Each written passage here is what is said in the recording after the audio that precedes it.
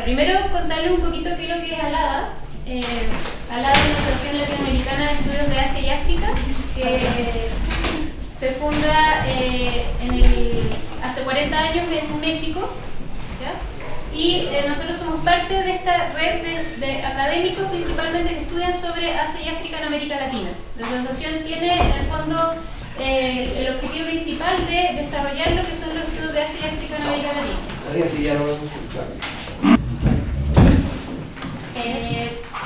Bueno, entonces como les decía, ALADA es una asociación de estudios de Asia y África que se funda en el Colegio de México, en México, el año 76, y ya tiene 40 años y se hizo el Congreso Internacional a propósito de estos 40 años en enero aquí en Santiago, ¿ya? En Santiago, en dos universidades, la Universidad Adolfo Ibáñez y la Universidad del Desarrollo. Nosotros somos parte de ALADA, somos miembros de ALADA, la mayoría son académicos de diferentes universidades. Y la intención también de ALADA es que tratemos de desarrollar no solamente los estudios de Asia y África en Santiago, como siempre sucede, sino también tratar de hacer actividades fuera de Santiago. Y para eso también agradezco mucho a Virginia y a mí que permitió que pudiéramos realizar esto en conjunto, y ojalá que después de este coloquio se pueda seguir con una línea de coloquios de estudios sobre Asia y África. Ahora la temática principalmente sobre historia y religiones de Asia, en el que se va a presentar principalmente los trabajos que se están realizando algunos de los académicos que pertenecen a la asociación, y de hecho ahora va a llegar una profesora que es de la Universidad de Concepción, que viene de hecho de Concepción, de ahí sube una, y junto con otra persona más también de la Universidad de la Santísima Católica de Concepción. Bien, para no seguir demorándonos, vamos a iniciar. Vamos a hacer primero la primera mesa con las 3 primeras ponencias y después hacemos una ronda de preguntas después de las 3 presentaciones, y ahí viene el café y luego la segunda mesa. Partimos con Claudia Lira. Claudia Lira es profesora del Instituto de Estética de la Universidad Católica. Claudia lleva bastantes años en todo lo que es el estudio del Asia, y ella ha publicado libros y ha publicado diversos artículos sobre temas de taoísmo, temas de budismo, todo lo que es la apreciación estética de pintura taoísta, por ejemplo, y hoy nos va a dar una presentación a propósito de un trabajo de investigación que ella estuvo realizando específicamente en una montaña, la montaña sagrada Taishan.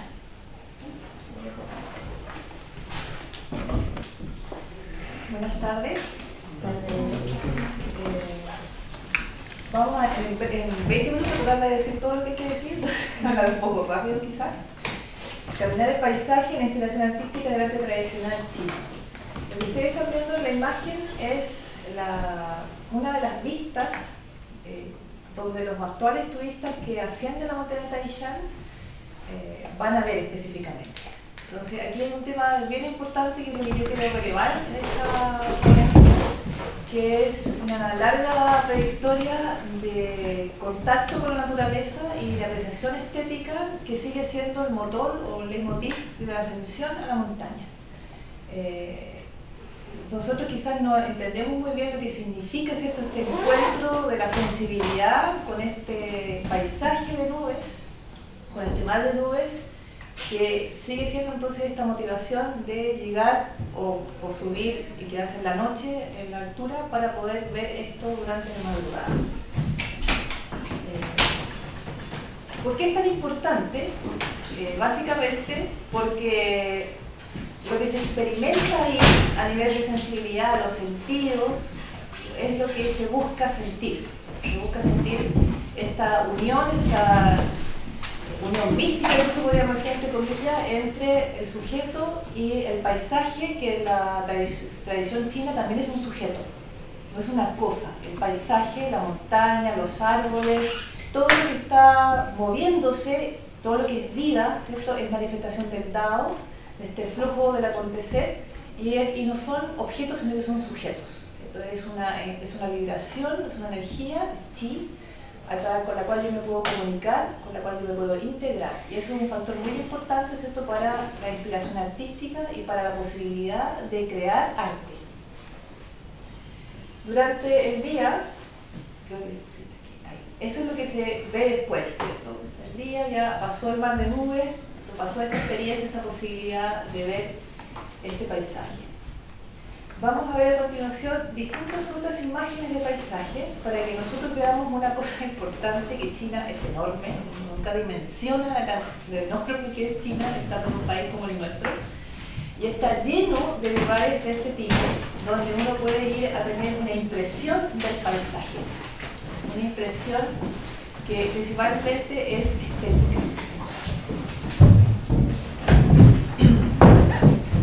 Lo otro importante es que en la medida en que yo camino el paisaje, la movilización corporal, el hecho de moverme, de caminar, de estar en un lugar donde hay silencio, donde no solo sonidos y no ruidos, la vimos fundamentalmente en una filosofía anti-civilización, anarquista.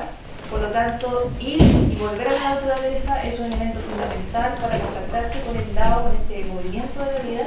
Entonces, caminar el paisaje, como sale ahí la persona que va caminando, haciendo este puente, movilizar el cuerpo va produciendo un efecto de purificación de los sentidos que es fundamental para la unión con el lado. Entonces, va vaciándose la mente de contenido, va vaciándose el corazón de contenido y el cuerpo se va distendiendo. Y esas tres fases son fundamentales, ¿cierto?, para la experiencia de la unidad. Entonces, aquí los paisajes que uno ve en las pinturas, ¿cierto?, son reales. Y aquí vamos a ver una secuencia de lo que significa la montaña Taishan. Yo no voy a hablar específicamente de la montaña Taishan ahora, sino que me voy a referir más bien a lo teórico. Yo me gané una beca Santander Santiago, entonces lo que hice fue emular el viaje de los antiguos monjes a pie en la ascensión en la montaña Taishan. La subí varias veces, ¿cierto? Y eso lo voy a publicar después en otra parte. Pero lo importante aquí es que desde la ciudad de Taiyán, ¿cierto?, ya desde los portales, de donde llegan al primer puente, empieza ya a haber una experiencia de portales, templos, túneles, ventanas, pasadizos hacia otras dimensiones del paisaje, que son fundamentales para ir creando la experiencia de transformación de la energía y de transformación de la mente y corazón, ¿cierto?, hacia el silencio. Entonces vamos a ver solamente imágenes para acercarnos a esta idea de ir recorriendo el paisaje. Los distintos portales van haciendo, ¿cierto?, la idea de umbral y de apertura y de transformación de la conciencia.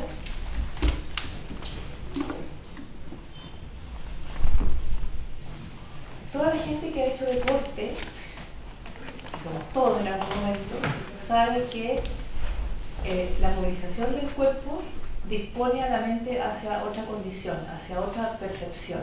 Entonces, cuando hablamos de sensibilidad estética, estamos diciendo que la misma dinámica del cuerpo me pone en un estado de sensibilidad distinto. Me va ayudando en el fondo, a sensibilizarme.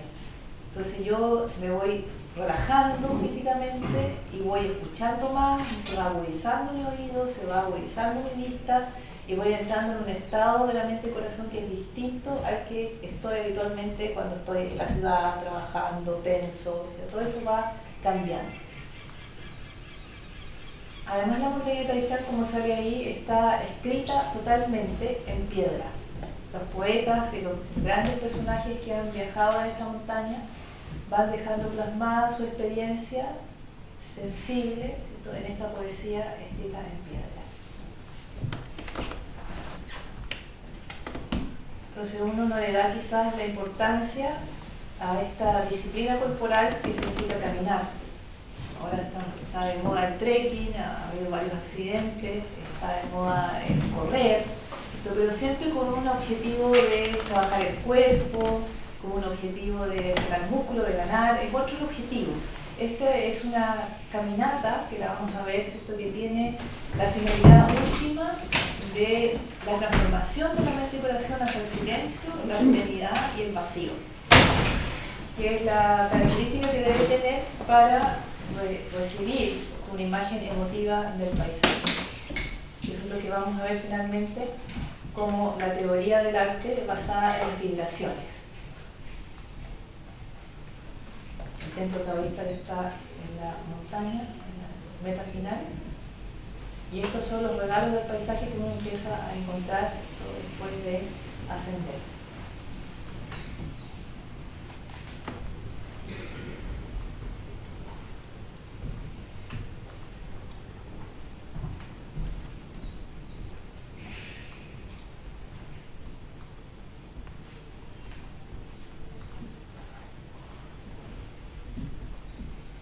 Caminar ha sido el modo de acceso a la montaña y este es un centro de atracción, transformación desde muchos siglos en China.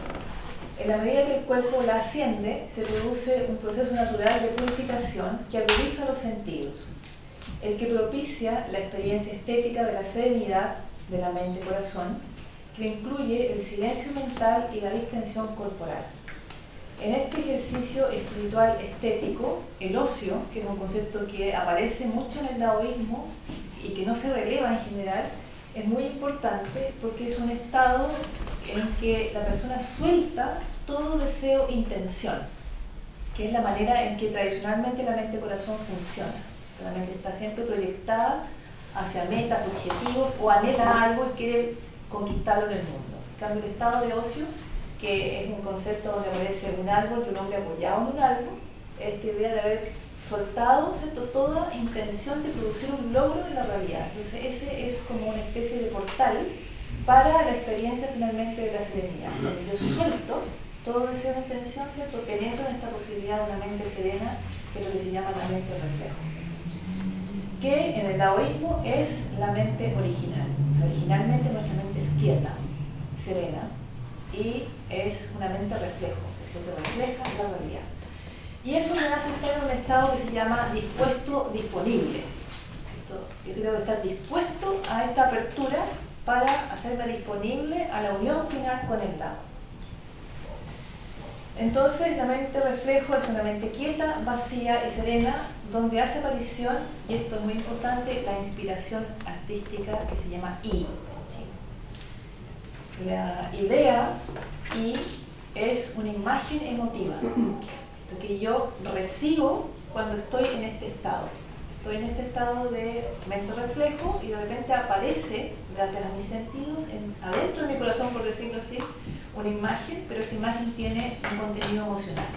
Ese contenido emocional es el estado de ánimo del paisaje que estoy viendo en ese momento. No es una proyección de mi sujeto, de mi subjetividad, sino que yo, por el estado en que estoy, soy capaz de vibrar al unísono con el paisaje, que es un sujeto también, y darme cuenta cómo se siente. Eso tiene relación con las estaciones en la teoría del paisaje chino. Entonces, esta imagen emotiva muestra un instante del flujo del tiempo en que el artista ha sido tocado por la presencia estimulante de la naturaleza tras acceder al estado de ánimo en que ella se encuentra.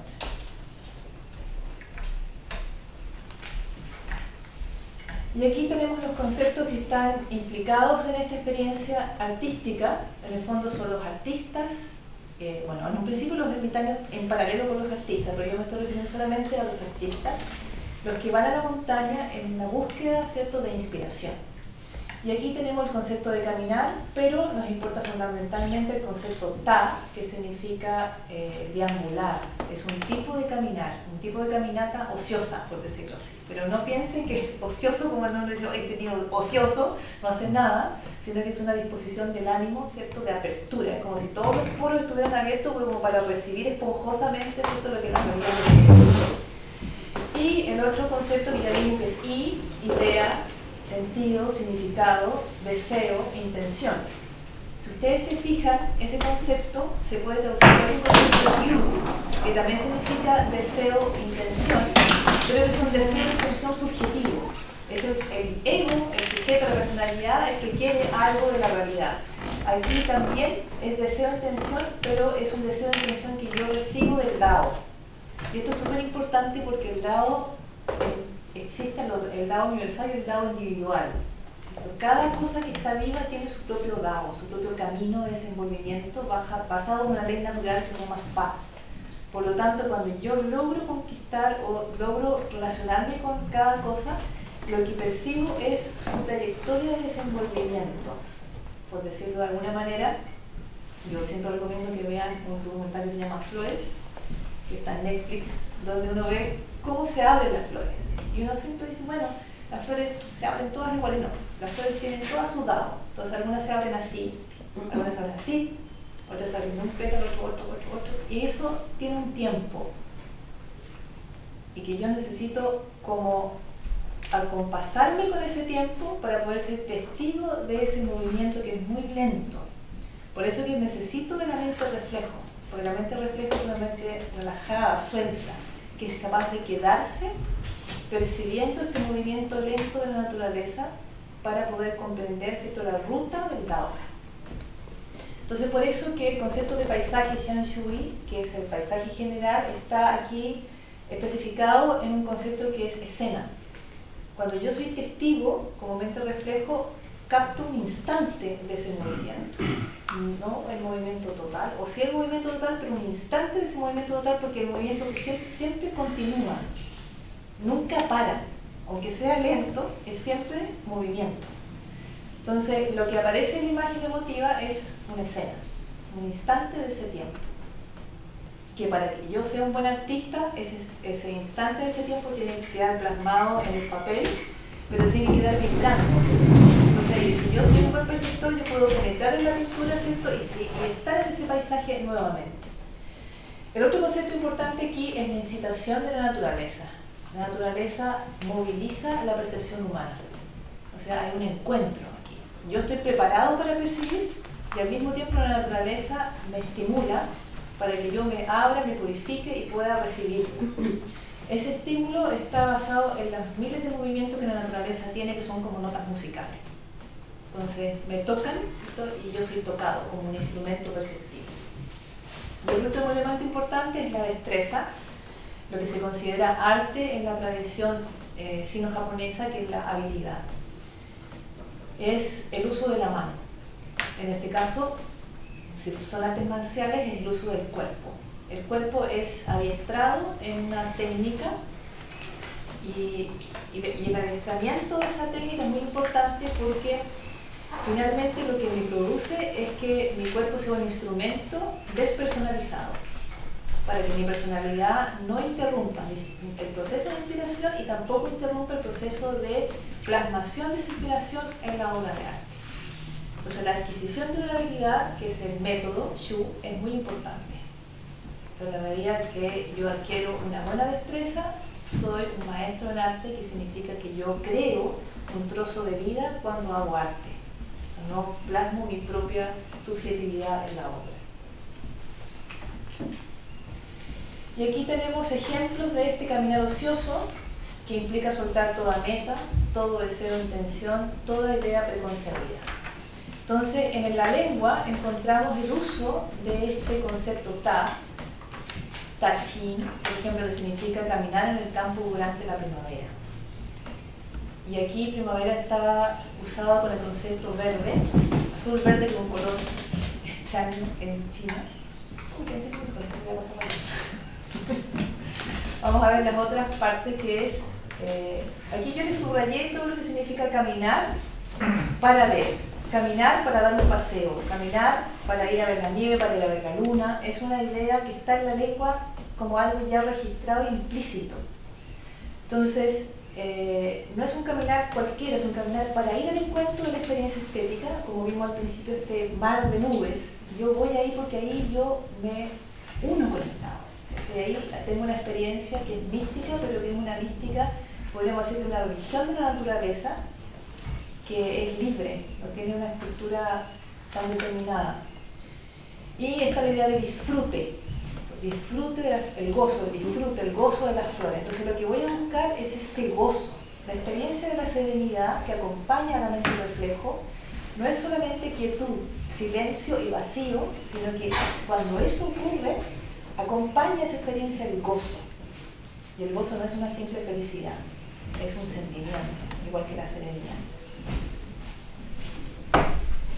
Y el carácter I está formado por dos partes: sonido, nota de una escala musical, que es muy importante, y abajo la mente-corazón. Entonces, la inspiración artística, esta idea, deseo o intención, es, por decirlo así, el sonido del corazón. Entonces, cuando hablamos de corazón, aquí estamos hablando de la mente reflejo. Entonces, cuando yo capto la escena, mi corazón vibra en una nota musical, que es la nota musical del paisaje. Entonces, eso es la inspiración artística. Es una captación de una música del paisaje, que es un sentimiento y una imagen al mismo tiempo.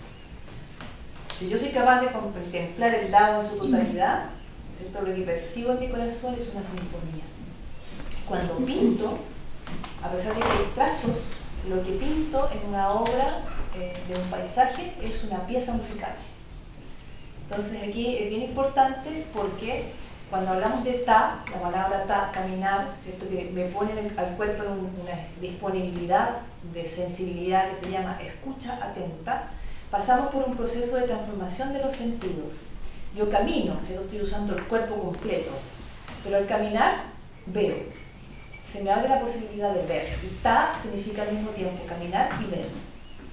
Pero cuando yo logro ver, ¿cierto? No veo solamente con estos ojos, porque el ver se me empieza a transformar en miles de ojos. Es todo mi cuerpo el que ve, porque es mi cuerpo completo el que siente. La mente-corazón no es este corazón o esta mente, es la unidad de mente-cuerpo. Por lo tanto, cuando yo recibo la idea y vibro completo y me emociono. Y eso es lo que se llama escucha. Entonces yo escucho con el cuerpo completo. Entonces tenemos aquí una idea bien interesante de transformación de los sentidos. Ver, escuchar. Entonces, y el último ejemplo que doy, que es súper bueno, lo vean también Marco Polo. La escena de los 1000 ojos se llama, o 100 ojos. 100 ojos es el maestro taoísta, que le queman los ojos para que se quede, y 100 ojos agradece que le quemen los ojos, porque a raíz de que le queman los ojos, él es capaz de ver con 100 ojos, y por eso se llama así.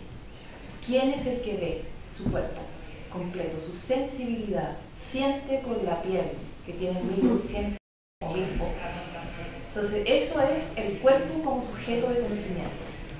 Y es eso lo que estoy trabajando yo ahora, como buscar en toda la ideología taoísta cómo se expresa esta idea de que la posibilidad de que el cuerpo mismo, entrenado a través de la habilidad corporal, a través de la meditación, sea el real sujeto de conocimiento. Y en ese caso, ¿cierto?, podemos relevar la estética como el modo original de conocimiento del ser humano, pero cuando es entrenado a suspender el principio de razón suficiente, el sujeto epistemológico, el sujeto representacional que aprendimos en la modernidad y que tiene muy poco tiempo, y quizás antes de eso, el sujeto epistemológico siempre fue el cuerpo y la sensibilidad.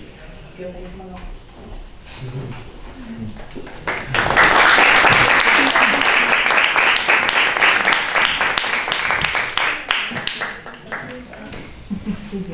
Y bueno, la María José ella está trabajando en la Universidad de Concepción. Voy a mostrar este catálogo que aquí vengo a presentar.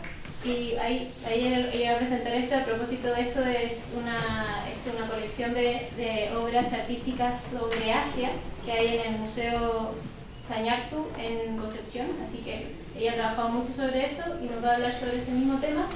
La José estudió una maestría en la Universidad de Sofía en Tokio y ahora está trabajando en Concepción, no solamente en la Universidad de Concepción, sino hasta moviendo todo lo que es el mundo artístico asiático dentro de la región del Biobío, de lo que nos sentimos muy orgullosos.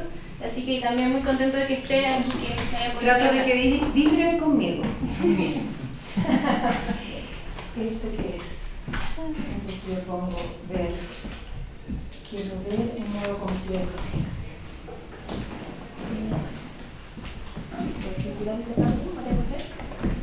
Sí, por favor.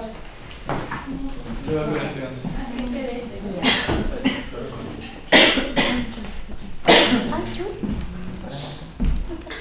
Ahí está, muchas gracias.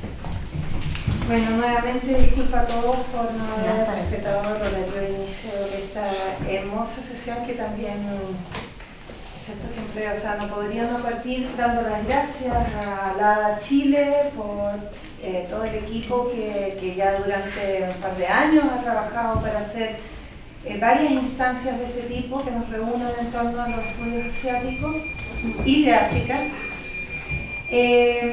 Darle las gracias a la Universidad Católica de Valparaíso, la Pontificia Universidad Católica de Valparaíso, por acoger esta instancia también.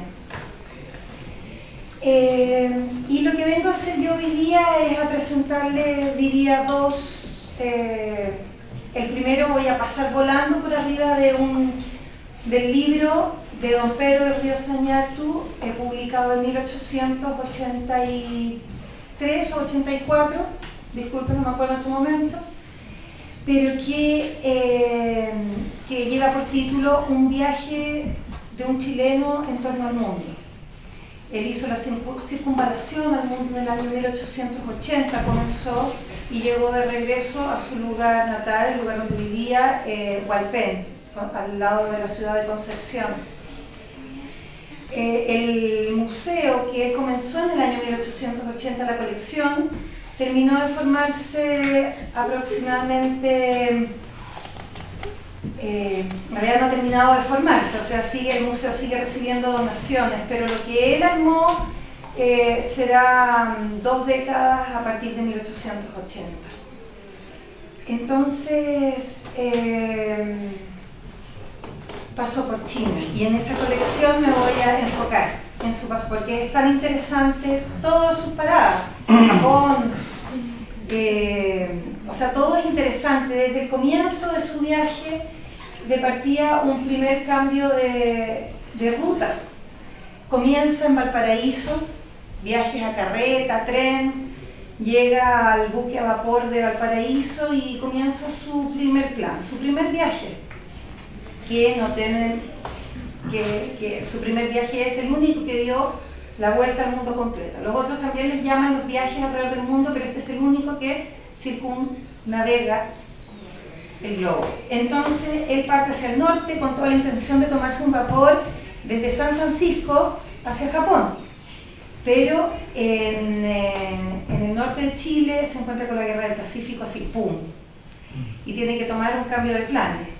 Y eso por eso me detengo, porque lo encuentro increíble lo que significa un cambio de planes en ese momento. Significó tomar el vapor hacia el Cabo de Hornos, irse por Argentina, Brasil, ¿cierto? Toda la costa hasta Nueva York y cruzar Estados Unidos hasta San Francisco.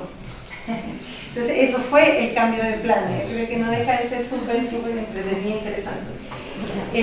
Disculpen que el libro que está ya, el catálogo, en realidad es una primera, tiene algunos errores de impresión. O sea, por ejemplo, este mapa desaparece, más bien, que aparece. Entonces, estamos en proceso de arreglar eso.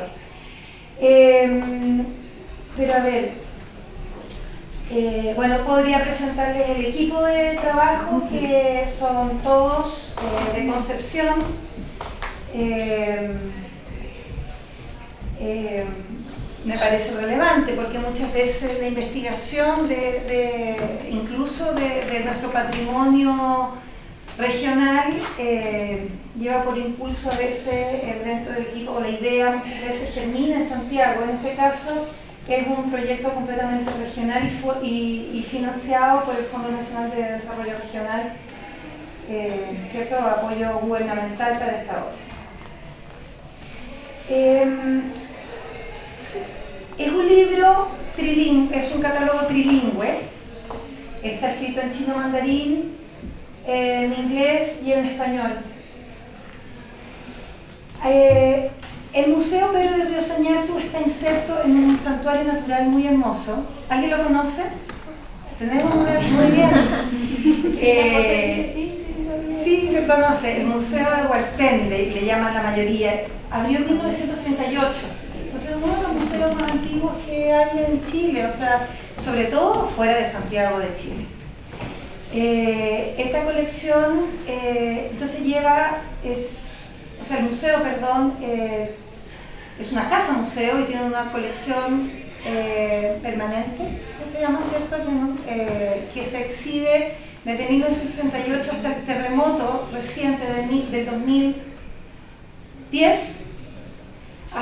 Durante todo ese periodo hubieron 2 salas de Asia que pusieron en contacto a la comunidad, porque este museo es abierto para que fuera, idealmente eso fue por testamento, fue donado para que fuera gratuito para toda la comunidad, para que gente sin distinción pudiera entrar en contacto con otras culturas, sabiendo don Pedro, desde la formación de la colección, que no todos tienen la posibilidad de viajar y conocer estas otras culturas. Entonces él trae todas estas culturas a su museo y ya en vida él junta jóvenes y dice, esto es educación, esto es cultura, poner en contacto con el arte universal, podríamos decir.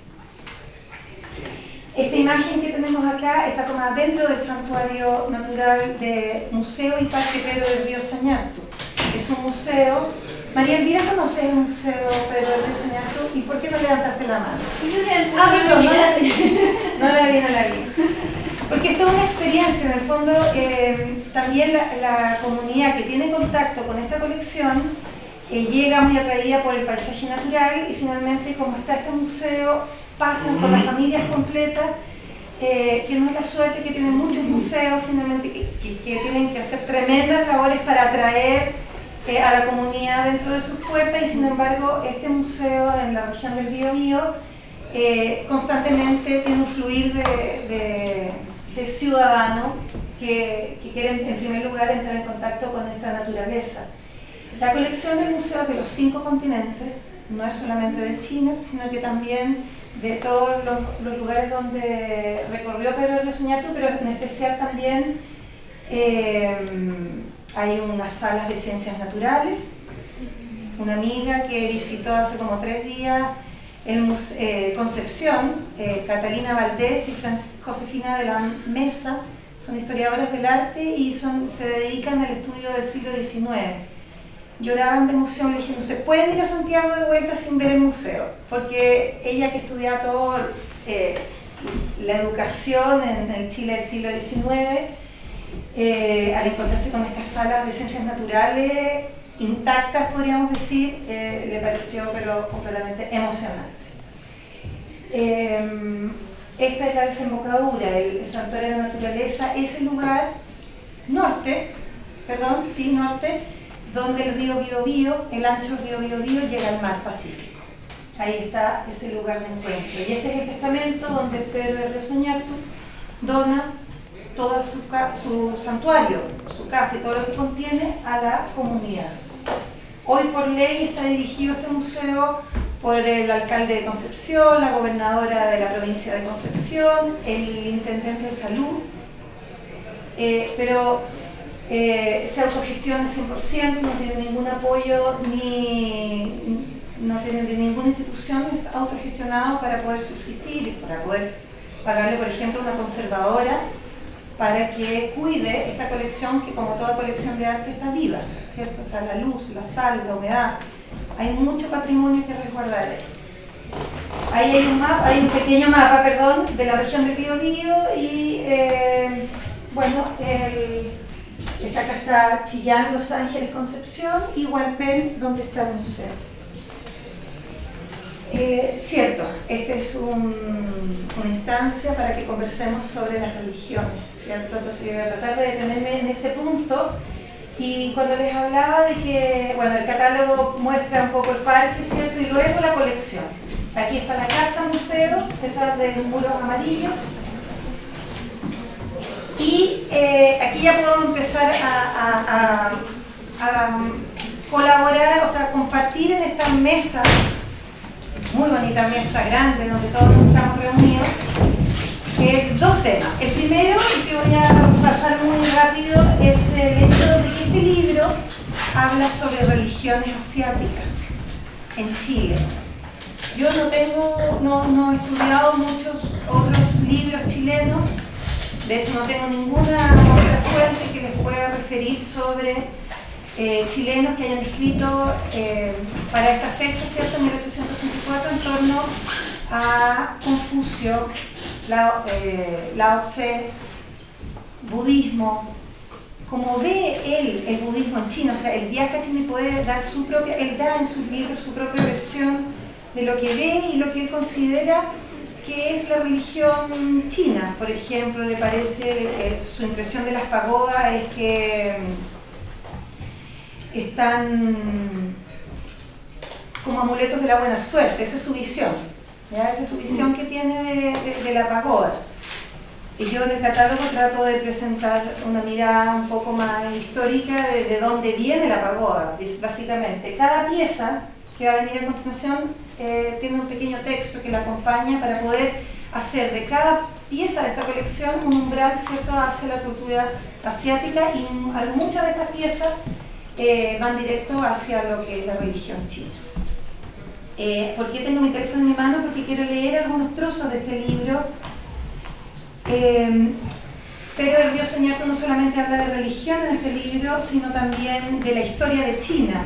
Los chinos dicen que han principiado a ser civilizados desde el 2953 a.C., pues el emperador Fuge les enseñó lo más esencial, no habiendo sido hasta entonces más que una horda de salvajes. Después el emperador amarillo les enseñó a construir la primera habitación de ladrillo y, ¿cierto?, la isla quina de aquella época, y su mujer a hacer uso del hilo contenido en el capullo del gusano de seda. Y así continúa por varias páginas, narrando una breve historia de China, las distintas dinastías, habla de la dinastía Ming, de toda la época de Kublai Khan, de los mongoles, ¿cierto?, de la dinastía Yuan. Y salta, por ejemplo, de la dinastía Ming, salta inmediatamente a finales del siglo XIX y dice: en 1850 comenzó la gran rebelión Yaiping, conocida hoy como Taiping, ¿cierto? Habla del jefe y emperador de los rebeldes. El gobierno es absolutamente despótico. Él llegó, Pedro del Río Soñartu vivenció, ¿cierto?, a través de su visita al puerto de Shanghai, de Cantón, hoy Guangzhou, ¿cierto? Hong Kong visitó, Macao, que en ese momento eran colonia británica y portuguesa. Pero él presenció el fin de la dinastía Qing, literalmente. O sea, en 1912, si no me equivoco, por favor, es cuando cae finalmente la dinastía Qing. Él la visita China en 1881. Entonces tenemos un tremendo relato de un chileno que viajó a China y nos cuenta no solamente su experiencia, nos trae una colección y además da su impresión. Por ejemplo, el gobierno es absolutamente despótico, siendo el emperador jefe supremo, civil y religioso. La otra mirada de la religión está lleno de eso. Yo no me voy a detener en el libro, pero por ejemplo también se refiere a Lao Tse, vino antes que Confucio. No, perdón, antes. Su religión es casi en su totalidad la budista. Encuéntranse también mahometanos y confucistas, dice. A estos últimos pertenecen los mandarines y autoridades. Se puede decir que es la religión oficial. Sin embargo, no son fanáticos en sus creencias, pues dicen con frecuencia que, abre comillas, las religiones son más o menos lo mismo. Es interesante todas estas miradas y claro, yo vengo aquí a mostrar principalmente la colección. Lao Tse vino, dice, Confucio nació en el año 551 antes de Jesucristo. Información, ¿cierto?, que está, este libro lo pueden encontrar en la Biblioteca Nacional. Sus preceptos son sencillos. Enseñan sus deberes tanto a monarcas como a súbditos, padres e hijos, marido y mujer. Inculcan 5 virtudes: justicia, humanidad, caridad, sinceridad y verdad.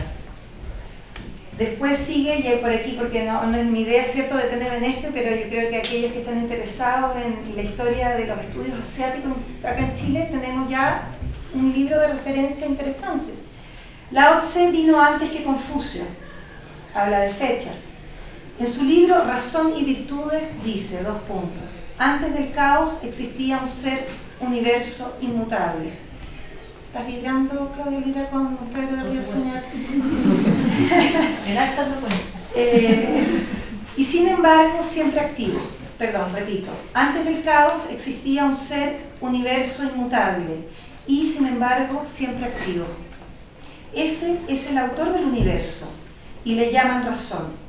El hombre tiene su imagen en la tierra en el cielo y el cielo la razón misma. Todo lo creado emana de su ser y todo volverá a él. No tiene forma, cuerpo ni nombre. Él es el principio y el fin. Una cita, ¿cierto?, del libro Razón y Virtudes, que no estoy segura si es el Tao Te Ching o no, discúlpenme, pero sí, tenemos una... Claro, yo pienso que es el mismo. Entonces, no nos vamos a detener en esto, porque lo que vamos a ver finalmente no es lo que él trajo en este libro, sino lo que él trajo en forma de colección. Bueno, él recorrió todo el mundo. Hay una momia exhibía permanentemente en el Museo de Hualpén. Hay una armadura samurái, hay armas persas, hay muchas cosas, ¿cierto? Las condiciones que toda una historia puede justificar en realidad. Y el terremoto tienes clausurado 1/3 de este museo a partir del 2010. Entonces él comenzó con la idea de formar, ya voy a viajar, gracias, 5 minutos. Voy a viajar por el mundo y voy a formar una colección de monedas y periódicos. Esa fue su idea original, pero todo esto se convirtió, como pueden ver, en mucho más que eso. La colección china, este catálogo, hay una selección de 20 piezas, que ojalá la idea es que fueran representativas de la colección en general. No todas son coleccionadas por él, pero estas 2 pinturas, por ejemplo, que son miniaturas donadas con posterioridad, pertenecen a la misma época que él viajó, a finales del siglo XIX.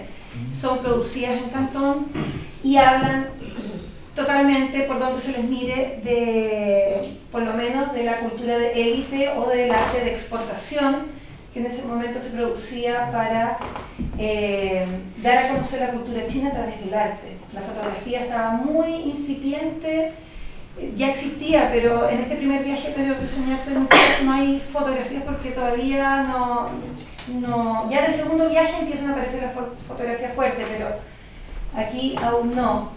Bueno, los zapatos de loto. Esta es está donado por Pablo Neruda. En realidad ese es lo que lo llevó a ser seleccionado finalmente, porque conecta tanto en China como en Chile con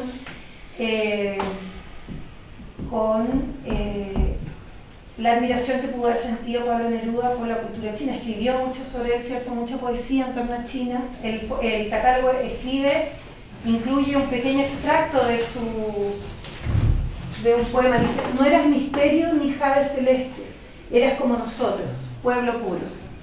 Pablo Neruda sobre China. Entonces, pero si tenemos que detenernos en la religión, acá está la única pieza que no es china de la colección, es inglesa.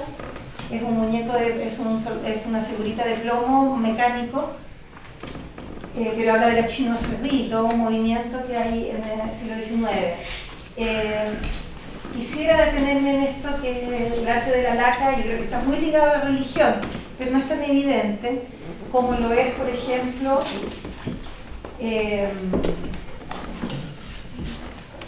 ya voy a volver a la pipa de opio, pero aquí, por ejemplo, ya podemos entrar un poco en lo que es la filosofía, ya no directamente, pero esto es un portapincel.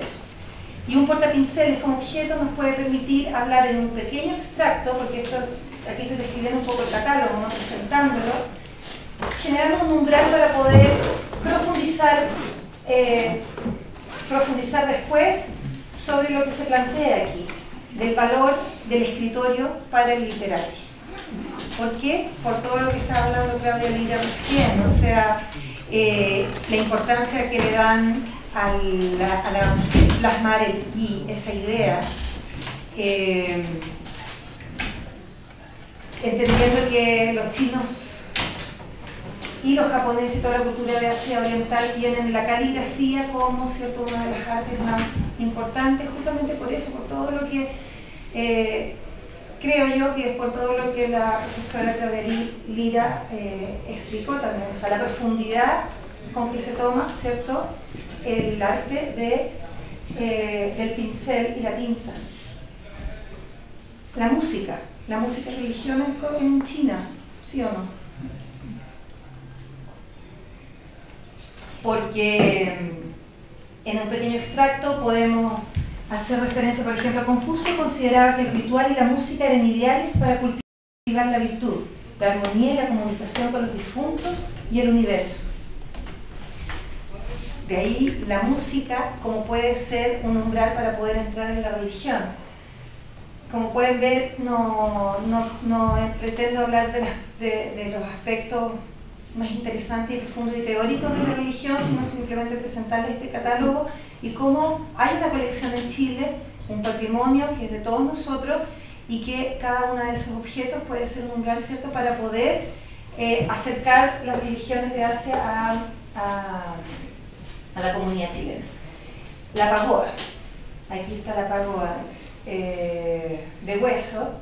Entonces, ¿cómo esto podemos sirve para mencionar que el budismo llegó a China durante la dinastía Han, originario de la India, se internó por la ruta de la seda, con sus textos sagrados, arte y arquitectura ritual. La pagoda tiene su origen en la stupa india, un edificio semiesférico de base circular que contiene las reliquias del Buda y que en China adquirió una forma nueva, con base cuadrada y que se levanta como un edificio de varios niveles, proyectándose en las 4 direcciones. Y así, pero en el fondo, ¿cómo podemos, a través de cada uno de los objetos de... ¿Cuánto patrimonio asiático tenemos en Chile? Hay bastante, en el Museo Nacional de Bellas Artes, hay colección oriental, ¿cierto?, asiática, piezas chinas, japonesas por lo menos. La del MAC la conozco más, Museo de Artes Decorativas de Santiago. Ellos sí tienen una exhibición permanente de arte asiático, son unas vitrinas, pero la colección es mucho mayor y está por supuesto en los depósitos.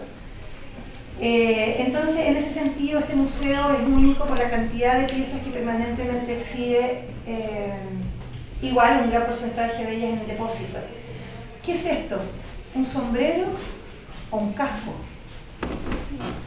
No sabía cómo responderlo, pero acá le puse casco porque en el fondo este sombrero cónico es un casco, parte del uniforme de combate de un soldado del ejército imperial de la dinastía Qin.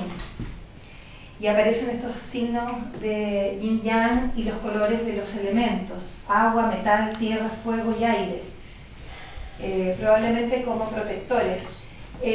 La caligrafía, los 2 ideogramas, no he logrado encontrar traducción, se lo he mostrado a varios chinos, pero todavía no logro saber, pero lo más probable es que sea el nombre de su dentro de la jerarquía militar, de su unidad, yo creo que esa es la palabra, de su unidad. Equivalente, ¿cierto?, a la chapita metálica del soldado norteamericano. Hoy, en 2 días más se cierra la exposición La Ciudad Prohibida en el Palacio de la Moneda, el 27. Ya, terminó el tiempo. Pero en una de las salas está expuesto todos los trajes de los 8 banderas y en este museo chileno tenemos esta pieza. Y los invito a todos que no se la pierdan, el 27 cierra y fue, por casualidad me enteré del valor del costo de traer una exposición de esas magnitudes, fue el gobierno chino y el gobierno chileno. Son muy costosos. Yo digo, es mejor que mostremos el arte que hay, por ejemplo, en Argentina, en Buenos Aires, está el Museo Nacional de Arte Oriental, que no tiene casa, están depósitos del Museo de Artes Decorativas de Buenos Aires. Pero es una tremenda colección, entonces, de más cerca digo yo, por lo menos. Y bueno, terminamos con esta que en el fondo como es importante que introduzcamos, que los investigadores podamos introducir estas piezas al público, porque estas espadas, mucho más que estar destinadas a herir, están destinadas a las artes marciales. Hoy en día las coreografías que se hacen con esta, perdón por las palabras que puedan no ser justas, pero el arte marcial de las espadas dobles hoy es un deporte moderno chino, principalmente practicado por mujeres. Y terminamos con una copia de Qi Baishi. Qi Baishi es uno de los pintores más conocidos de China moderna.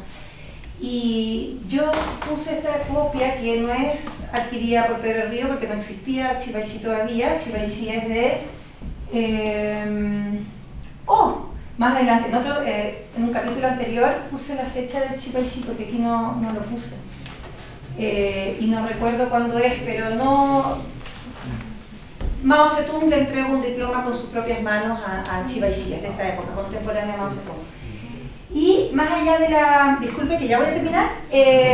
Más allá de juzgar la calidad de la copia, se incluyó esta copia porque la copia, ¿cierto?, es parte de la tradición cultural china de cómo aprender de los maestros. Entonces es algo que también podríamos incluir. Muchas gracias.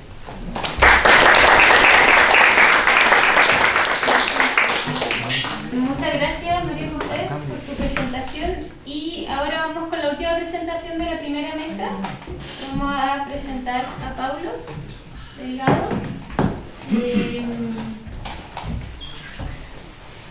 Paulo es licenciado en Bachillerato en Ciencias Sociales y Humanidades, licenciado también en Historia, con mención en Patrimonio Cultural, y es profesor de Historia, Geografía y Ciencias Sociales en la Universidad Diego Portales, también es miembro de ALADA Chile. Y Pablo nos va a hablar sobre el imaginario del japonés en Chile, retratos, representaciones e imaginarios de los japoneses en la prensa obrera y oligárquica chilena entre 1904 y 1935. No sé si ya se tienen que haber enterado que esta primera mesa está muy dirigida hacia el tema del arte, y la segunda mesa tomamos un poco algunos temas, pero principalmente con la presentación de Natalie, pero va a ser más desde la perspectiva política. ¿Bien? Después de la presentación de Pablo podemos hacer una ronda de preguntas. Ya, buenas tardes a todos, gracias por estar aquí. Mi tema, si bien no habla de religión propiamente sí está vinculado de alguna forma con lo que habló María José Inda, con el tema de los imaginarios. Esta idea de cómo eran los japoneses en el siglo XX, fin del XIX, qué día tenían los chilenos, cómo eran estos seres extraños para la mayoría de la gente que estaba en Chile en esa época. Entonces yo quise saber, esta gente cuando empezó a llegar a Chile, qué pensaba la gente, etc. Y investigando me encontré que había dos imaginarios principalmente. Uno de la prensa obrera, que es el que más hablo acá, y si el tiempo me lo permite, es el que voy a empezar a explicar completamente, y otro es el imaginario oligárquico, que es completamente diferente a lo que ha hablado los obreros. Y esto tiene sentido porque en esa época, final del 19 y inicio del 20, las clases sociales en Chile estaban muy marcadas. Proceso de revolución industrial, una oligarquía cada vez más enriquecida por el salitre, explotación en el norte, etc. Entonces me encuentro todos imaginarios que se reflejan tanto en la prensa obrera, por parte de los obreros, como en el género Magasai y en el caso de la oligarquía. Y en la oligarquía tengo como ejemplo aquí dos revistas, la revista Sucesos y la revista Zigzag. Esas son las fuentes que usa la oligarquía, y para los obreros son otra prensa que la voy a mostrar aquí. Ya dije alguna relevancia por qué estudiar esto. Primero esto era porque hay muy poco estudio sobre el origen de los japoneses aquí en Chile, cuando llegaron, etc. Entonces yo vi que era importante investigar el tema de un grupo inmigrante importante que fue en esa época. Fue poco, pero importante. Y por lo tanto, buscar la construcción de la identidad a través del otro. Como vemos que el japonés a través del otro, la otredad. Ahí están algunas investigaciones previas que hay sobre el tema de la inmigración japonesa, pero ninguna de ellas hasta este momento había tratado el tema imaginario. El más importante, yo creo, considero ahí que el profesor Ariel Takeda, que se leí, hizo un anecdotario histórico de los japoneses chilenos. Él es un Nikkei, es decir, un chileno japonés que llegó aquí de madre japonesa, padre al revés. Padre japonés, madre chilena, que hizo una investigación importante de los orígenes japoneses desde el final del 19 hasta la actualidad. Una obra muy importante consigo. Y ahí el último, una tesis de la Facultad de Filosofía y Humanidades de la Universidad de Chile, que habla de la persecución de los japoneses en la Segunda Guerra. Eso es como lo más reciente que he encontrado. Algunos conceptos importantes que usé para investigar esto: el de grupo étnico. En esta investigación yo caractericé a los japoneses como la religión sintoísta, budismo zen, bushido, parte que comparten otras características que no voy a profundizar. Y el periodo histórico: era Meiji, siglo XIX y siglo XX, era Taisho y la era Showa. Ahí más o menos la investigación y las fuentes. Más conceptos que utilicé para la investigación, que es el grupo étnico, que más o menos hablé de que se llamaba. Sí, aquí hago una base ideológica en torno a lo que es el grupo étnico. En esta época recordemos que el positivismo ideológico estaba muy fuerte al final del 19 y el darwinismo social. Entonces en esta prensa obrera va a haber mucho discurso racial sobre los japoneses, especialmente los llamaban los amarillos. E incluso fue un poco difícil distinguir a los japoneses de la prensa obrera, porque cuando hablaban los obreros de chinos, a veces ellos tienen que adivinar si están hablando de los chinos reales o eran japoneses. A todos los metían en el mismo saco. Todos eran chinos en ese momento. Y después empezaron a distinguir que había unas leyes diferentes. Otro concepto de raza, dice ahí, es algo que se construye socialmente. Las razas sobre las que vamos a hablar todos los días son categorías culturales o sociales más que biológicas. También me muevo en torno a ese concepto. Y finalmente, acá el tema de lo que es la raza, en esta época entendí como patrimonio. Nosotros tenemos que proteger lo que es la raza del discurso. Nosotros chilenos tenemos que protegernos de estas culturas incivilizadas que vienen de Asia. Un poco lo que hablaba María José India de que eran bárbaros, incivilizados, etc. Y el concepto imaginario, que es probablemente el más importante de esta investigación, que como puse, lo consideré como imaginario esta investigación, que eran construcciones que nos permitían entender algo ininteligible para el momento y que están constantemente, se experimenta y se vivencia a diario. Ese imaginario incluye creencias, juicios, etc. Por lo tanto, son un colectivo, un cosmos de representaciones. Siempre, representación, volver a representar algo que ya existe, pero desde nuestra posición cultural. Y estos imaginarios, por supuesto, son heredados. Hasta el día de hoy escuchamos en la sociedad chilena que hablamos de los chinos. Cuando vemos, por ejemplo, anime, la tele, cultura pop japonesa, los monos chinos. Ese imaginario lo heredamos de acá. De acá heredamos partes imaginarias. De aquí viene amarillo, piel amarilla. Y bueno, por lo tanto puse eso, ofrecidas por cada generación, un cuerpo cerrado de nociones científicas, o al menos incontestables. O sea, este imaginario se colectivizó, la gente piensa que es así, y se hizo una verdad dentro de ese imaginario. Que los chinos son paganos porque no tienen cristianismo, por ejemplo. Porque los chinos no tienen alma. Hasta el día de hoy se escucha a veces. Ahí están las fuentes que utilicé. El diario La Democracia, la Revolución de la Clase Proletaria, la Reforma, el Proletario, el Pueblo Obrero. De diversos puertos, si se fijan, y algunas ciudades donde llegaron los primeros japoneses a Chile. Y que coincide con el final del siglo XIX y inicio del XX. La fecha importante, porque justamente ahí fue lo que pasó la guerra sino-japonesa y la guerra japonesa con Rusia. Y esa guerra fue clave para generar este imaginario. Porque una vez que entró Rusia, hizo la conexión con Europa, Estados Unidos, y ahí ese imaginario empezó a llegar a América Latina. Hasta antes no habían, los japoneses estaban ahí, existían, pero no era importante. Pero se empezó a enfrentarse a Rusia, que era considerado un país más súper importante, y ahí ya algo pasaba con estos japoneses. Están despertando estas razas inferiores, se están rebelando contra el mundo occidental. ¿Cómo relacionar estos conceptos? Están relacionados. Empecé con un prejuicio que encontré por ahí, después se convirtió en un arquetipo, estereotipo, racismo relacionado con la xenofobia de la prensa, esto se traspasó en universalismo, que más adelante a ver si aparece, alcanzo a explicar eso, identidad colectiva imaginario, y eso construye ese imaginario global, con todas estas ideas que venían en la prensa. Otras observaciones, antes de mostrar, ¿por qué la prensa obrera? ¿Por qué no en otro tipo de fuente? Primero porque ahí fue donde encontré principalmente los japoneses, porque venían ellos a trabajar. En este periodo que Japón se estaba abriendo a lo que es el mundo occidental, era Meiji, están apareciendo estos personajes, los llamados Degasei, que eran japoneses que salían de Japón en busca de trabajo para después regresar. Y quizá como algunos saben aquí, no todos regresaron. Por eso, por ejemplo, tenemos en Brasil la comunidad más grande de japoneses, se quedaron ahí. No regresaron, hicieron dinero, no se quedaron. En cambio, otros tenían la intención de regresar. Entonces, eso, como venían a buscar trabajo, los obreros se sintieron intimidados porque estos japoneses les podían quitar un trabajo acá. Entonces ahí empezó una especie de rechazo. Entonces aquí vamos a hablar de estos de Kasei que venían buscando otra oportunidad. Bueno, la prensa obrera que empieza a surgir a fines del siglo XIX, la masificación de la imprenta, por lo tanto pueden transmitir sus ideas, masificarlas. Ahí hablé de la guerra ruso-japonesa en 1904-1905 como importante antecedente para la masificación de este imaginario. ¿Qué más para entender lo siguiente? Y una importante obra que es la que dice ahí, La prensa obrera en Chile, 1900-1930, de Osvaldo Arias, que ese libro me ayudó mucho para saber la prensa que existía en Chile en ese momento. Ahí está clasificado por partido político, por ideología. Entonces ahí se me hizo fácil esa parte de la investigación porque está clasificado por partido político o ideología. Entonces la prensa que revisé acá fue prensa anarquista, comunista, socialista, demócrata, creo que liberal. Eso ahí contra este imaginario. Y algunos hitos importantes que estaban pasando, que también resaltaba la figura del japonés. Tenemos la visita de la Baquedano a Japón en plena guerra ruso-japonesa, un barco que iba en misión diplomática chileno, y una visita de una delegación económica chilena en el 37. Entonces ya es posterior a la fecha. Y ya, eso bueno.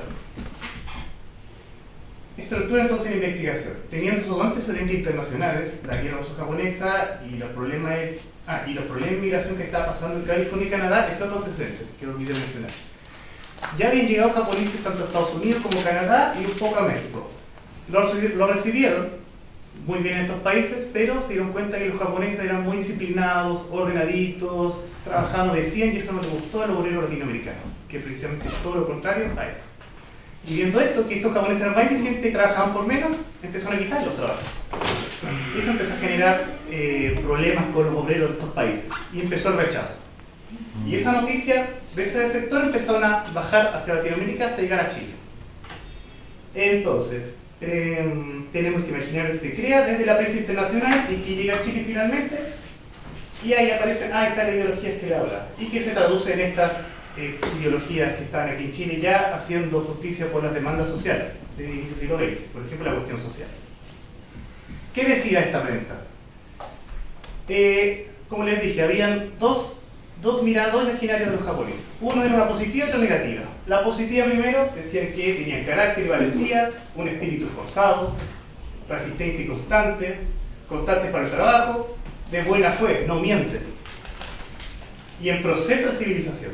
Como hablaba María José, que están en proceso de civilización. O sea, es decir, para la época que se están industrializando, están trayendo máquinas, trenes, etc. Eso es lo que admiraba la oligarquía. Y algunos obreros que hasta el momento, mientras los japoneses estén fuera de Chile, bien. Pero el mundo obrero, ¿qué decía? Era una raza primitiva. Invasión amarilla. Que eran insubordinados, modernizados artificialmente. Les hacían referencia a Estados Unidos, que llegó y los forzó a abrirse. Hacían referencia a eso. Tenían vicios, enfermedades y malas costumbres. Obviamente sin entender que shintoísmo, budismo, eso no se entendía en la clase obrera hasta ese momento. Entonces tenemos los dos imaginarios muy opuestos y que se van a ver traducidos en la prensa.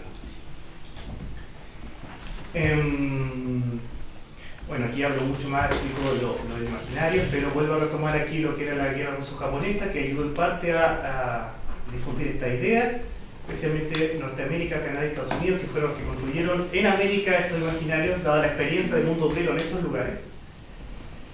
Y ahí está destacado lo que les decía, que los japoneses eran vistos como unos verdaderos arrebatadores de puestos de trabajo. Yo creo que no eran los que arrebataban, sino que eran más eficientes y los patrones fundos los contrataban ahí porque más eficientes y trabajaban por poco. Y que se alimentaban de arroz, según el imaginario de ley, solamente arroz. Acá.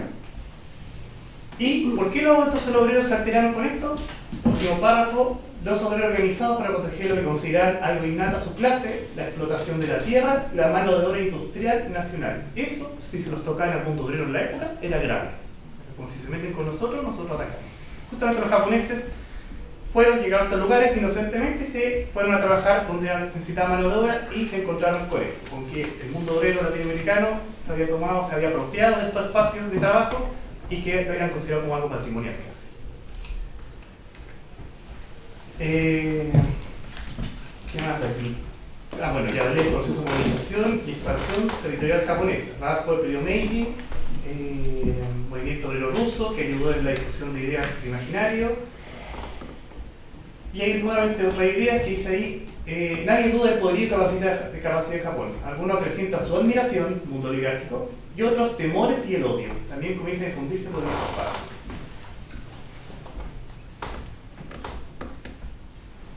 Ya, ¿qué decía la prensa entonces? Esto es, sí, la prensa obrera.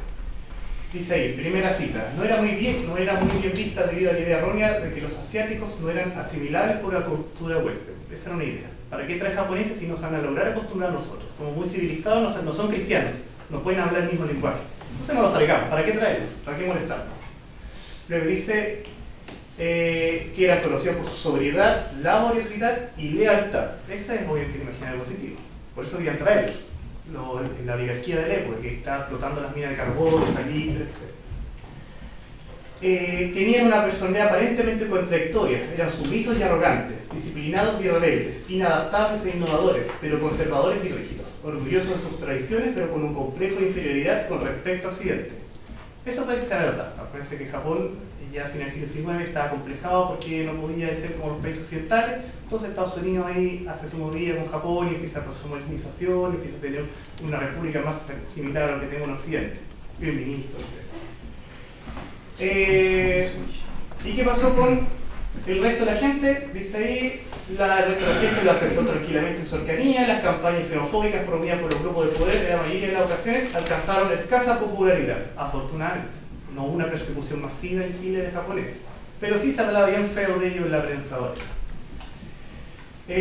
Bueno, y ahí hacia la Segunda Guerra, ya que no llegué hasta ese año con la investigación, ¿hubo sí persecución de japoneses en Chile? Sí, hubo. Porque estuvo impulsado por Estados Unidos, donde se les consideró como enemigos internos, precisamente por el tema del espionaje. Y ahí retomaron este imaginario que venía trabajando desde el siglo XIX. Ya, si no me equivoco, ahora viene. Citas. ¿Qué encontré en tu tesorera? Imágenes reales, para que digan que no estoy inventando imaginarias. Hay uno. Dice el despertar de las razas inferiores. Las costumbres del Japón, rasgo de salvajismo. Japonerías, es como si se estuviera hablando de chucherías, curiosidades del Oriente. La inmigración, única causa de las ruinas proletarias en el país. La inmigración asiática, indolencia del gobierno. Y más abajo vienen nuevas partidas de Culines. Culines, claro. Son los chinos. Claro. Inmigración japonesa, máximo espanto, con exclamación. Año, gracias. Y la invasión amarilla, por supuesto. Ya, y bueno, no voy a pasar a mostrarle la oligárquica, pero sí les voy a mostrar aquí algunas citas que sí rectifican estos títulos que acabo de leer. Lo en negrito, dice, aquí habla Tolstoy sobre la guerra que está pasando en Asia con Rusia. Aquí un periodista le pregunta, intercambian ideas, y suponer por hipótesis que sea vencedor a los japoneses. ¿No resultaría en beneficio de ellos casi exclusivamente una supremacía que sería fatal a la paz y el progreso de Asia? Está diciendo que si estas razas bárbaras despiertan, ¿qué pasaría? ¿Y si llegan a Occidente? Atroz. El Japón es lo que es y con sus cualidades y con sus defectos. Cumple su evolución como todos los pueblos. Ha salido de la barbarie y procura emanciparse. Se desarrollará y perfeccionará según la ley general. Obviamente aquí tenemos una mirada orientalista de lo que está pasando en Asia. Por eso, según esta prensa, la ley normal de todo país en algún momento se industrialice y llega a un país más o menos cristiano, occidental, industrializado, como sabemos. Es un pueblo amarillo y no se conocen los progresos de esta raza. El mundo amarillo. Ellos no matan, provienen de buena fe en sus negocios y no mienten. Ves su diplomacia, no es absorbente sino cautelosa y astuta. Eso es de 1904. Otro ejemplo. Soy japonés. ¿Qué dice aquí el periodista? Que es una raza que se incorpora a la civilización occidental. No solo los blancos tienen inteligencia. Los amarillos también son seres iguales, superiores a los blancos. Aquí ya está avanzando el tiempo, ya estamos en 1905 y está cambiando paulatinamente la mirada sobre los japoneses. Y otro más, ejemplos de la inminente amenaza de la invasión amarilla. La invasión de esa raza, repudiada en todo el mundo civilizado, que es una plaga, perjudicará el brazo chileno, también a nuestra futura generación. Evidentemente está haciendo referencia a la mezcla racial. Si hay mezcla racial, pueden venir todas esas pestes de Egipto a Chile. Eso ya en 1907. Dentro de esas japonerías también encontré la noticia de la izquierda que hablaba de rasgos de salvajismo del Japón, por ejemplo, cuando murió el emperador de la época. Uno de lo que espantaba la noticia es lo que está en negro, dice que los funerales del emperador Matsuhito son de lo más novedosos por lo bárbaros y sus costumbres. Están hablando del harakiri, por ejemplo. Qué bárbaro, ¿cómo tan idiota de matarse cuando muere el emperador? Por ejemplo. Y al lado tenemos un japonés, pero que no venía a trabajar a Chile, sino que era un personaje intelectual, periodista, si no me equivoco. Sí, claro, un periodista japonés. Y como él era educado y no venía a quitarle el puesto a los trabajadores chilenos, al mundo obrero, la visión era completamente diferente. Dice ahí, el señor Yamada es un hombre joven, lleno de entusiasmo por la obra que realiza, es cultísimo y habla 4 o 5 idiomas. y es un distinguido periodista japonés. Cambia completamente la visión cuando no se meten con el mundo obrero. Bueno, ¿alcanzo unos minutos a mostrar imágenes? Sí. Ya. Y bueno, el mundo oligárquico, como les dije brevemente, todo lo opuesto a esto, le tiraban flores solamente a Japón, hablar de lo bien que vestían, etc. Aquí lo que destaco es que los japoneses, la oligarquía de la época y la aristocracia ve a los japoneses como una cultura a admirar en cuanto a lo folclórico, el baile, los trajes, la pintura. Si eso se sigue no hay problema y nosotros podemos asimilarlo. Acá, por ejemplo, lástima que no se ve muy bien la fotocopia, esto lo saqué de la Biblioteca Nacional. No me dejaron acceder en ese tiempo a los originales, por eso está en fotocopia. Y aquí tenemos un baile infantil japonés en Valparaíso. Son chilenos vestidos como los japoneses, los admiraban. Así como en Chile en Guerra Fría miraban a Estados Unidos, todo lo que venía de la cultura pop, aquí era de Japón. Vistamos kimonos. Abajo dice que esta fiesta fue arreglada con virginidad, de buen gusto, que se manifestaba en los detalles más significantes. Todo lo que es folclórico japonés es bien visto por la prensa oligárquica. Ahí se notan mejor las fotos. Más chilenos, esto es Iquique, sí, Iquique.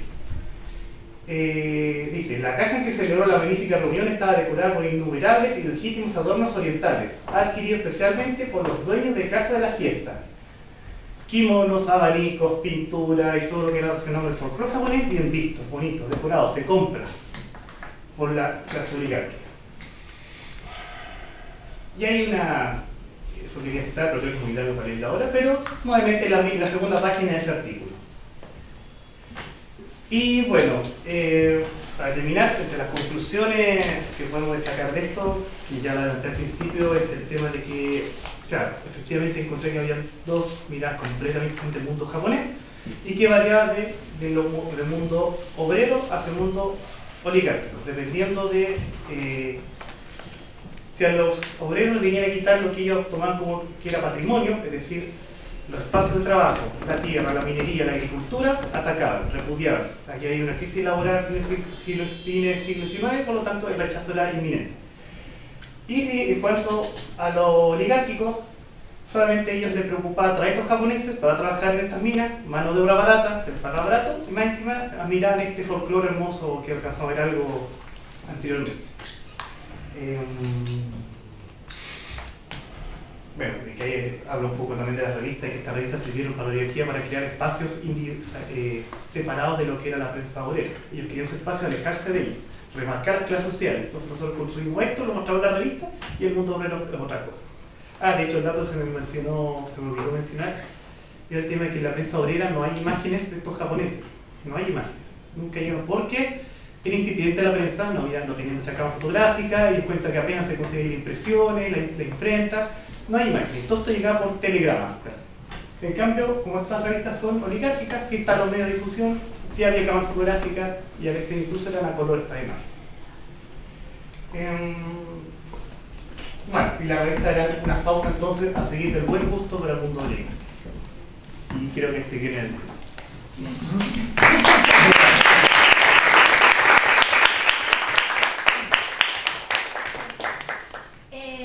muchas gracias a los tres, a Claudia, a Pablo y a Ana José por la presentación. Vamos a ser súper sinceros, el momento que creamos este coloquio también fue un poco complejo el asunto de cómo reunir los temas. Tratamos un poco que de la primera mesa tuviéramos temas del arte, en el caso de Pablo más bien habla del imaginario, donde está trabajando cuestiones más narrativas y también de la fotografía de la prensa chilena. Sin embargo, bien interesante cómo creo yo que se va creando un proceso de trayecto a propósito de un coloquio que organizó la Claudia la semana pasada sobre los trayectos y los viajes, ¿no? Que hay una caracterización de lo que es como el viajar, tanto en el proceso de la investigación misma de Asia, en los académicos, por lo menos lo que estamos presentando ahora, con respecto también a la imaginación, ¿no es cierto?, y a las representaciones que nos van llegando en torno a Asia. Eso se ve un poco en la misma práctica experiencial que nos está explicando Claudia, junto con también lo que nos explicó la José, en la llegada de Pedro del Río Sañartu con todas estas obras y colecciones en un espacio natural que también se vincula un poco con este trayecto, y también con el asunto del imaginario, que es otra de las cuestiones que creo yo que tiene un gran valor en cuanto al estudio de lo que ha mencionado Pablo, y que también se puede hacer lo mismo con lo que ha hecho la María Montt, por ejemplo, con las imágenes de los chinos en la prensa chilena. Ahora abrimos rápidamente una ronda de preguntas. ¿Quién quiere preguntar? No sé si los que presentaron quieren sentarse acá adelante o lo hacemos un poquito más informal, para después irnos a un café. Partimos tarde, así que va a ser un poquitito más rápido el café para seguir con la siguiente mesa. ¿Preguntas? Yo tengo una pregunta para Claudia. En la China tradicional, la idea de la verticalidad es absolutamente fundamental, especialmente en el arte. La caligrafía tradicional china es vertical, la composición pictórica también tiene elementos, el orden de los elementos es vertical, etc. Y tú lo muestras aquí también con este acto de la conexión física. En las fotografías que mostraste sobre el monte Taishan, por supuesto, es subir una montaña, por lo tanto va desde abajo hacia arriba. Se pasa a través de distintos portales, Tailou, que son estos portales, típico portal chino, ¿no? Que es como una puerta, pero no es una puerta al mismo tiempo, que permiten ir avanzando distintas etapas hasta llegar arriba.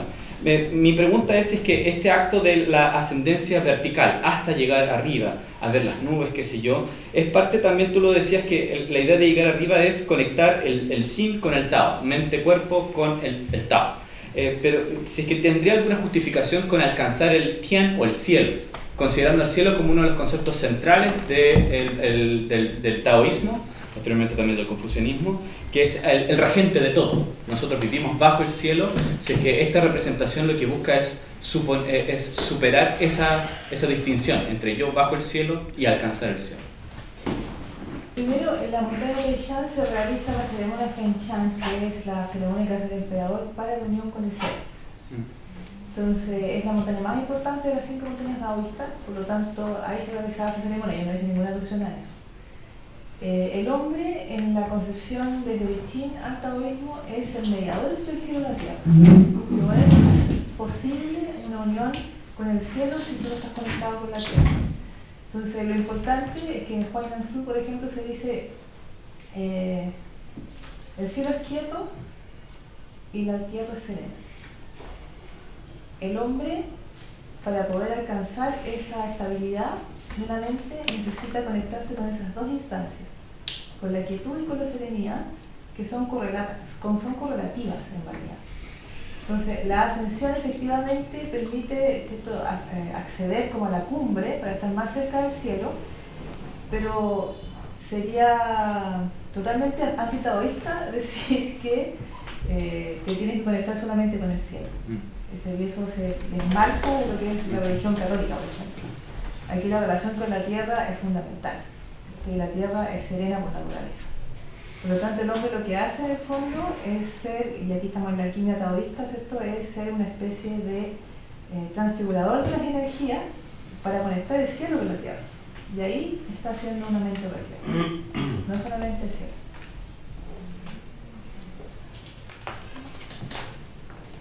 ¿Alguna otra pregunta?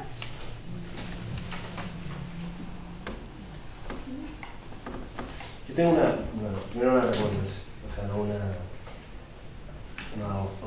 sugerencia. En el tema de los japoneses, hay un trabajo de Valverde Estrada, nosotros del Instituto sobre la presencia japonesa en la región de Valparaíso, que es una comunidad muy interesante en torno a Hijuela, que fueron comerciantes japoneses en torno al tema de las flores. Y lo otro es que yo tengo, valoro lo que tú has hecho y entiendo los 20 minutos. Siempre son como una cuestión en el mundo académico bastante siniestro. A pesar de que el primer ministro inglés decía que en 20 minutos se soluciona todo. Y el tema de asociada a esas percepciones, que yo creo que hay una cosa más fina entre percepción e imaginario, porque es más compleja, ahí hay una cuestión conceptual que hay que darle, no digo a ti, sino que ahí no se confunda entre las percepciones y lo imaginario. porque también es en contexto de inmigración. Entonces, cuando es en contexto de inmigración, es distinto en otros contextos los imaginarios, las percepciones que se puedan tener del otro. Porque independiente, o sea, a raíz de lo que tú señalabas, y yo me dedico a Historia de Chile y XIX, pero también soy ciudadano, y hoy día uno percibe que el tema de la inmigración, el tema del otro, la percepción del otro está mediada por las cosas que siempre, no siempre, pero están mediadas por temas de inmigración, o sea, el tema del trabajo. Sí. Entonces, yo entiendo que estoy en la academia, por lo tanto yo lo discuto. Entiendo que esa percepción imaginaria sobre los japoneses, que puede resultar a veces muy, y de acuerdo a lo que usted decía, como muy fuerte, muy, no en el caso tuyo, pero puede quedar como la caricatura. Pero yo creo que también eso es que, insisto, este contexto de inmigración. O sea, a fines del siglo XIX es un contexto donde el tema del trabajo, porque además los periódicos que tú señalas son en contextos donde el tema laboral, el tema de la fragilidad del empleo, del contexto de inmigración internacional, y sobre todo inmigración chilena, o sea, la inmigración hacia el Salín, cuando tú colocas Tocopilla y esos diarios están en esos contextos que son más amplios. Entonces hay un tema que tiene que ver con la lucha por el empleo, creo yo, hipótesis, que puede ser destruida, como cualquier hipótesis en la humanidad. Que se construye esa percepción, ese imaginario, como se llame, a partir de esos contextos, de esa realidad donde están estos sujetos con el tema de la empleabilidad. Probablemente tú vas a Santiago hoy día y probablemente la imagen que se pueda tener no va a nombrar a nadie, no se podría, sería prácticamente incorrecto, pero sobre los inmigrantes hoy día hay percepciones que están mediadas, entre otras cosas, por el tema del empleo. Y ahí yo no una sugerencia, ni un consejo ni nada, sino que como una variable que habría que meter en ese análisis que tiene que ver con la defensa del empleo. Y lo más probable es que tú en eso encuentres la imagen sobre los bolivianos, sobre los peruanos, sobre los argentinos. No es tan distinto, no sé, no lo sé, habría que investigarlo. No sé si es tan distinta la imagen que pueda tener sobre japoneses o chinos o la imagen que uno tenía en los 80 de los coreanos. Este país, la imagen que tenía en los 80 de los coreanos era una cosa. Pero una imagen, es que uno tiene la imagen no de los coreanos, sino son de unos coreanos. Sí. Entonces ahí esas imágenes países es muy propia de nuestra cultura, y eso es la herencia del siglo XIX, que nos marcó eso de esas imaginarios nacionales, qué sé yo. De hecho tiene razón, yo encontré eso. No sé si tengo razón, pero... Sí, de hecho lo puse en mi trabajo, pero aquí a lo mejor no lo expliqué muy bien. Pero era curioso porque acá pasaba eso.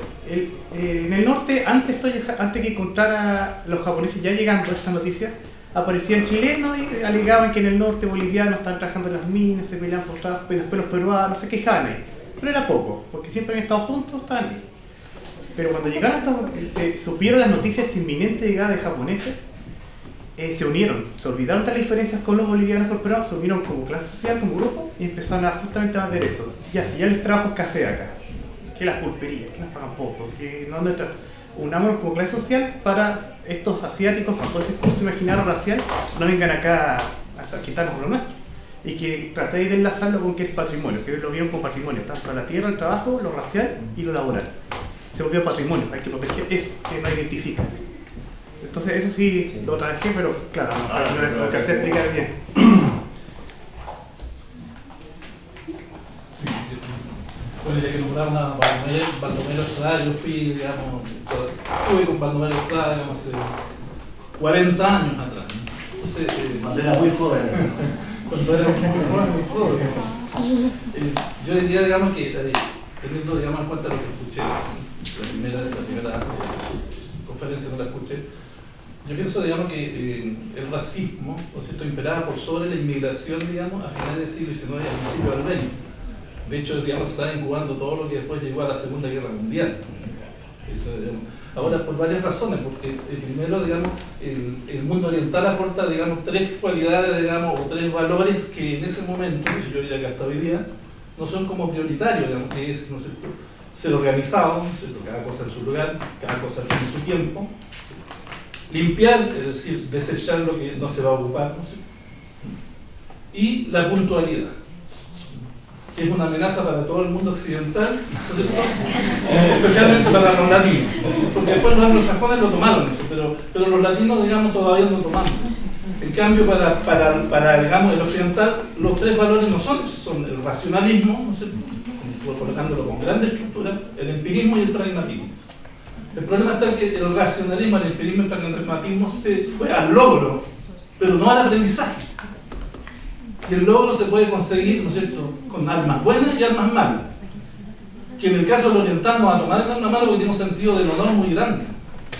Cosa que en Occidente, como el logro prima por sobre el honor, ¿no es cierto?, se producen, digamos, quiebres importantes. Ahora, tienen razón que en la zona, yo vivo en esa zona, por eso me interesa, digamos, lo que dijo el profesor, ahí están los Son y los Suzuki, son vecinos míos, por eso, digamos, con flores, con todo, cierta exportación. Es la gran amenaza, digamos, que tenemos nosotros, amenazamos a los holandeses, ¿no es cierto?, con sus tulipanes y todo ese tipo de cosas. En todo caso, yo, digamos, aprovecho de felicitar, yo, por desgracia, digamos, me perdí en el camino, como soy de la zona interior, estudié en la Casa Central. Yo estudié todo mi tiempo en la Casa Central y todo, entonces, sobre la primera, digamos, posición no me puedo referir. Pero sí nosotros, digamos, en ese tiempo, estoy hablando del año, digamos, 74 al 80, China era una gran incógnita. China, digamos, era un gigante dormido, decía Baldomero Estrada, que era, digamos, quien nos llevó a ese mundo. Y a su vez, digamos, pero Chile, de todas maneras, dentro de los países latinos fue digamos, una excepción para mirar a China.